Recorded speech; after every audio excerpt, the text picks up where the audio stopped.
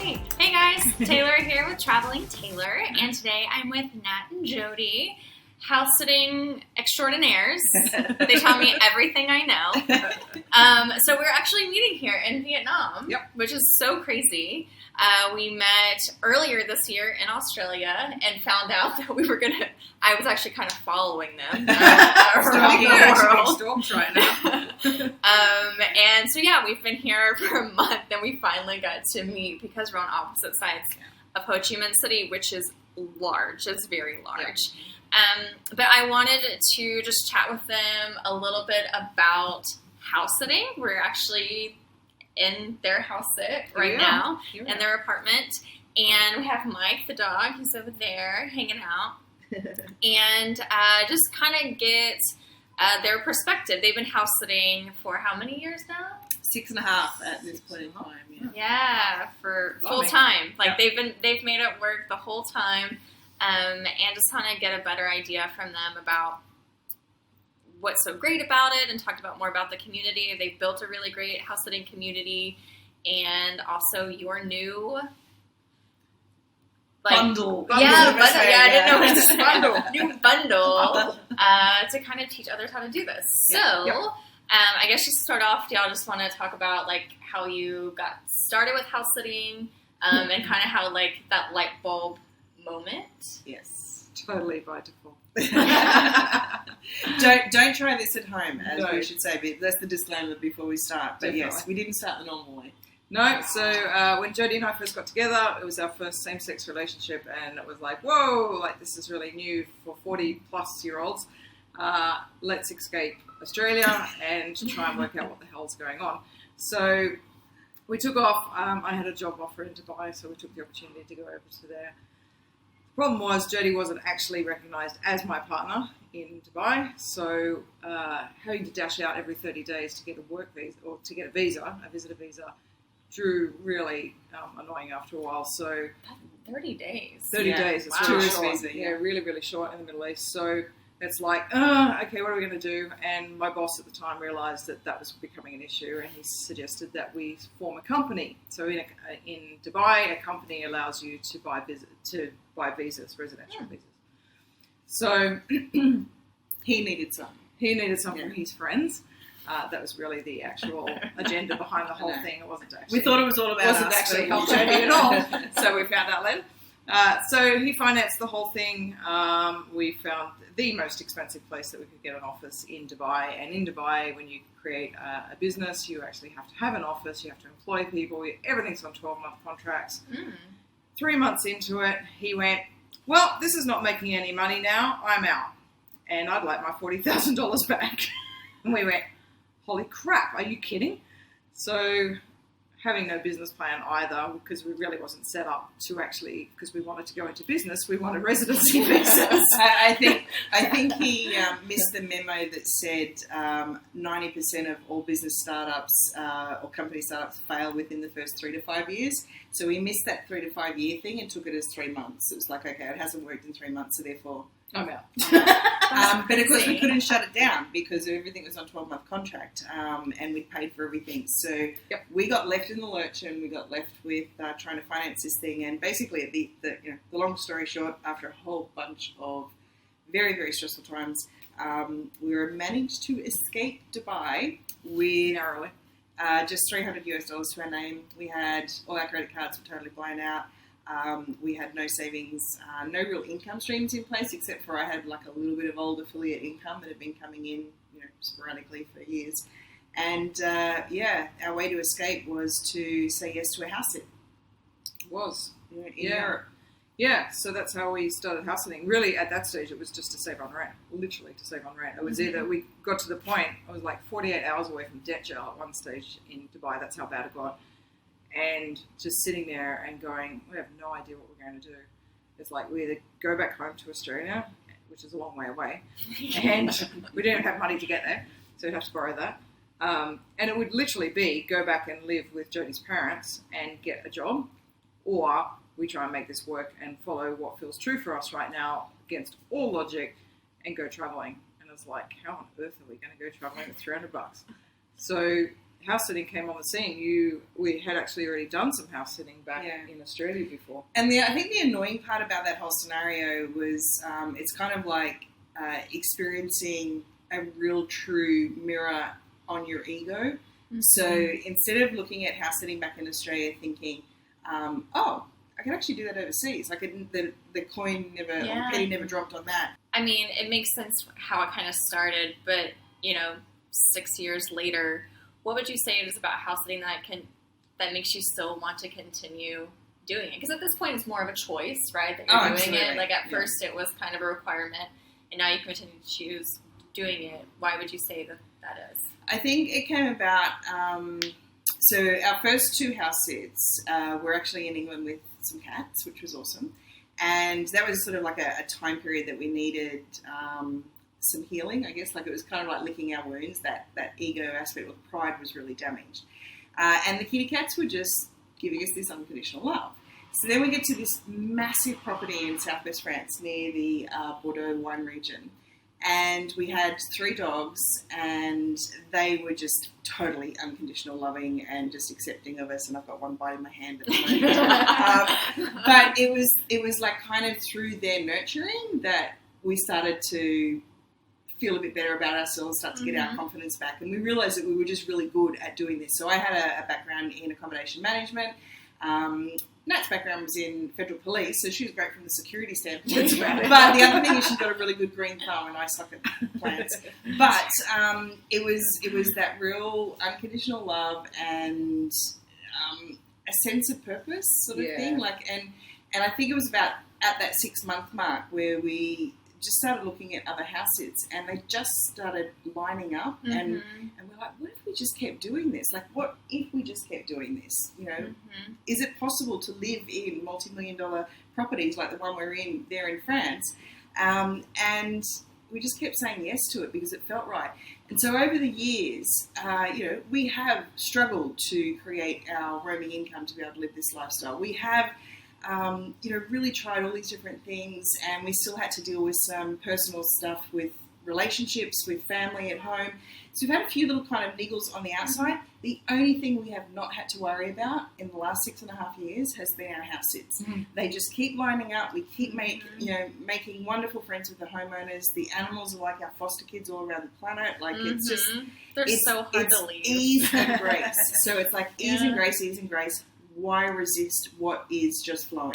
And that's kind of why we keep doing it. Yeah. And then if something changes in the future, then so be it. But, talk a little bit more about the house sitting community. So as you've gotten more house sits and met other house sitters like me, and even the homeowners too, like it creates a great community. And and this year actually is the first annual house sitting conference, which will be attended by house sitters and homeowners.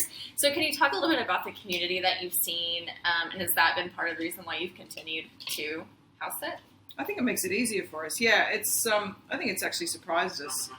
We first created the first Facebook group for house sitters back in 2014 because we really had nowhere to actually go and connect with people. It's actually 2013 was actually where it started. Yeah, because on the house sitting platforms, as you know, you've got a connection point with the homeowner, but you don't actually get to talk to other sitters. Yeah. So we looked everywhere for it. We couldn't. Find it. And we were trying to because we had some homeowners asking us to come back, and it's like, oh, we would like to share it with other house sitters. Oh, there's nowhere to go. Okay, maybe it's us that needs to do that. So we created House Sitting World Facebook group, and that grew really quickly. So it was supposed to be for house sitters, and then a whole bunch of homeowners came in, and then they started connecting, and I was like, wow, this whole thing exploded.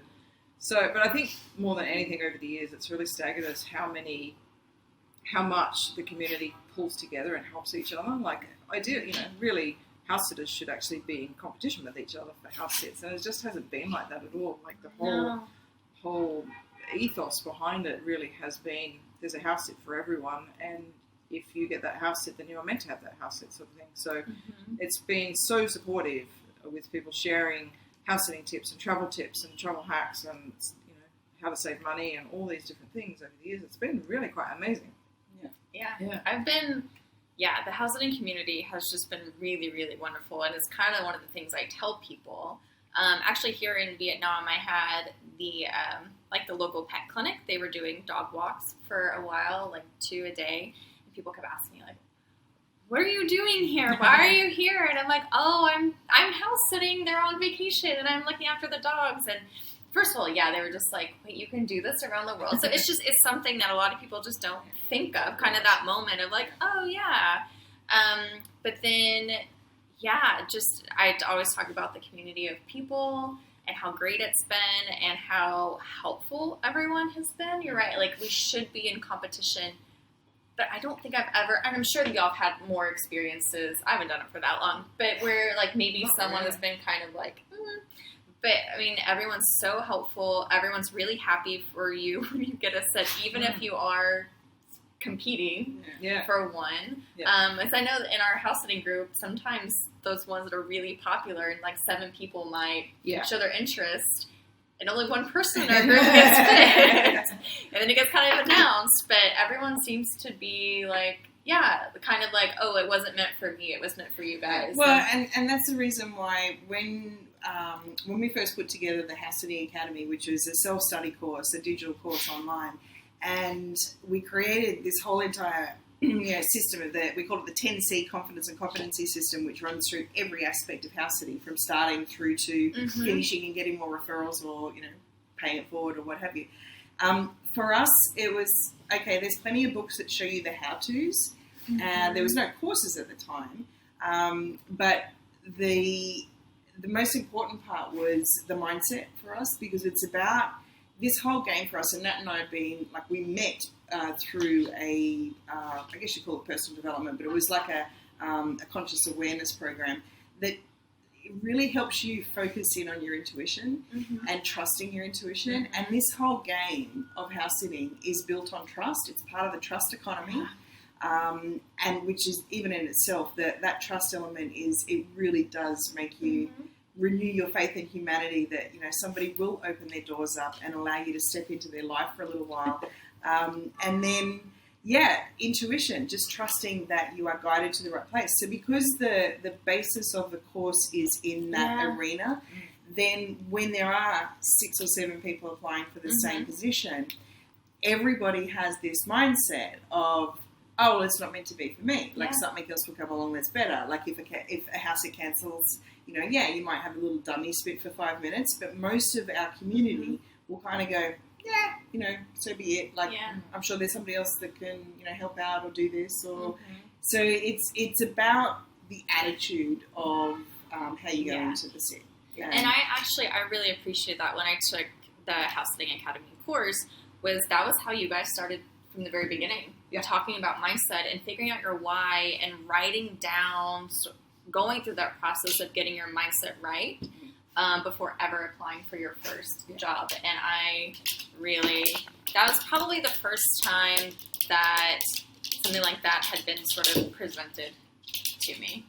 I think it's a part that was really surprising to a lot of people that came into the academy and went, oh, the first module is about mindset and consciousness and intuition. It's like, okay, like I would never have expected that. But then when you dive into it more, it's like that. So much feedback has come back. But that's the one module everyone loved, was the fact that we were actually addressing that straight on. So I think that's cool. I keep thinking about it as I do each house sit too, and as I apply for houses that I don't get, that was like perfect for me, or they want a couple, but I'm a solo sitter, and that frustration kind of comes through sometimes. But you're just like, it's okay. Like, there are more. It's more of an abundance mindset. Instead of, well, that was the only one that I could have ever gotten. It's like, well, no. And in some cases, my plans have just changed. And I will go somewhere else that I didn't think I was going to go. And it's fine. Creates that adventure. So, can you, do you want to tell people how they can do the House Sitting Academy now if they're interested in getting started in house sitting? Because I know things have changed a bit. I'm sorry, the House Sitting Academy is closed. You can't get in. It's all closed. No, what we've done is, over the years, because it started in 2014 and it progressed with more and more going into it. And you talked about community before. So we just love, I guess, shining the spotlight on the amazing people of this community. So we ran a virtual summit. We hosted a podcast for a while. We started the first version of the magazine, which has been taken over by an amazing couple who are doing a much better job of publishing than what we did. But the kind of premise has always been shining the spotlight on the members. And we just started putting more and more and more into the academy, and we kind of forgot about the outside side of things. So now we've closed the door on our personal help within the academy, but the self-study course is still available, and we've bundled it together with kind of the holistic aspect of having a travel lifestyle. So the first question we were always asked was, how do you go house sitting? And that was genuinely followed by, but how can you afford to do that? Still, those are not new questions. No, they're still today. So in order to kind of look at all that, I mean, house sitting obviously saves on your accommodation, but there's so many great travel hacks now as well. And if you can finance, the little that it does cost you, because we've worked out that it's 70% less for us to travel the world than it is to live in a fixed location, then you've got this pretty amazing freedom lifestyle. So we bundled it all together in what's called the Travel Lifestyle Plan. Yes. So it has a plan. it does. A legitimate plan, a legitimate bundle of not just, which I think is actually really great. I think it was really smart. Like, I started with the house sitting community, but at the same time, I was figuring out my own ways to make money online, to keep this travel. Like, how do I keep house sitting? What are my options? And so now it's kind of, you talk about all of those things. You have the Roman Incoming Club, and then house sitting academy, but the... Well, it's both sides of the equation. So it's like, if you want to have a travel lifestyle, A, you need to save money, and B, you need to maybe make some money, or at least have some money coming in if it's not from investments or whatever else you've got going on. So it was really like, okay, what are the two biggest costs in travel? Accommodation and flights. If we can get those two taken care of, obviously house sitting is free accommodation. You don't get any better than that, and unless you get paid for it. And then and the flights as well, and sort of other transport options that other people are probably not aware of. So really cutting those costs on the flights as well. Then that's taken care of, and we're really traveling for almost next to nothing at that point. And then, also the money-making part of it as well. So we put the two together, all the different parts that we have been developing separately over the years. When we sat back, we went, oh, God, if we actually put all that together, that is awesome. Like, this is the kind of thing we should have had. It's basically a getting started plan. And even though for people who have been doing it maybe for a little bit, there's still a lot of really good information in it. Because you'll never stop learning. Travel hacks all the time are changing, and the roaming income stuff is always changing because things change online constantly. So they're the two dynamic parts of the bundle that will be constantly added to with different interviews and things as we come along. So it's not a stagnant product; it's actually quite a dynamic product as well. And you've got lifetime access. Yeah, that's awesome. I feel really fortunate to have found you guys, get connected with you through mutual house sitting friends, and just learn from you over the years because you have such a wealth of knowledge that you're willing to share with other people. And again, that kind of goes back to the whole ethos and mindset of sort of this abundance mindset of hey, everyone can do this. Although we've talked about it's not for everyone. Yeah. This lifestyle is not for everyone, but anyone can do it. If it's something that you really want to do, and you're sharing tips and tricks and I think it bundles for anyone really, like any travel lover, and you don't have to be traveling full time like we all are. You might be just going for a gap year, an adult gap year that is actually now a thing, or a season, or a couple of months, or whatever. It doesn't have to be even a vacation. Like if you can save some money on your accommodation and your flights, that pays for itself anyway. So that's pretty awesome. And once you've learnt these skills, you've got them for life, so you can use them whenever you want. And that's the cool thing about that. They are life skills. Life skills, Yeah, they really are. Travel life skills. Well, do you have anything that you want to leave with people about house sitting, or just probably just because I had the pleasure of interviewing you just before as well. The topic that's front of mind is definitely having a direct experience. Oh, we got an angry dog. So while the dog's being a bit crazy, yes, having a direct experience. So whether it is that you're not sure if house sitting's right for you, you might think it's a great way and the agenda of saving money is kind of first and foremost. Maybe have the direct experience and just find out really if it is right for you or not.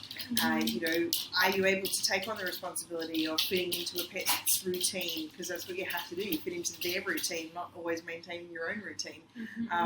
And even with the income side of things, you know, until you find the right thing for you, which is why we've laid the Roaming Income Club out, which is part of the bundle, of having a bit of a buffet of choice, because you don't know what is the right thing for you until you have a direct experience of it. So that's probably the key thing. You don't really know something until you've had a direct experience. Definitely. Yep. Just give it a go. Yep. We started with $300. So anyone really could have a go. Yeah. Nothing stopping you. And I'd just like to congratulate you as a solo sitter as well. It's Solo amazing. traveller and sitter. It is amazing. And I think more than anything, one of our main reasons for our community involvement is that it can be quite lonely being a digital nomad and a solo sitter, and you know, just knowing that you've got kindred spirits out there. It's not just about going to the coffee shop or the co-working space all the time. You know, you've got people that you can call upon and rely upon. So the community does become really important, and we're really, really proud that we've been, you know, an integral part of creating that community for our fellow sitters. Yeah. So take my hat off to you for solo. Oh, thank you. Thanks. Okay. Well, thanks everyone. I hope you enjoyed this series on house sitting and my interview here with not really an interview, more of a chat. Nat and Jodie And Mike. and Mike. And be sure to subscribe and let me know what else you want to hear us talk about. Cool. Thanks. Bye.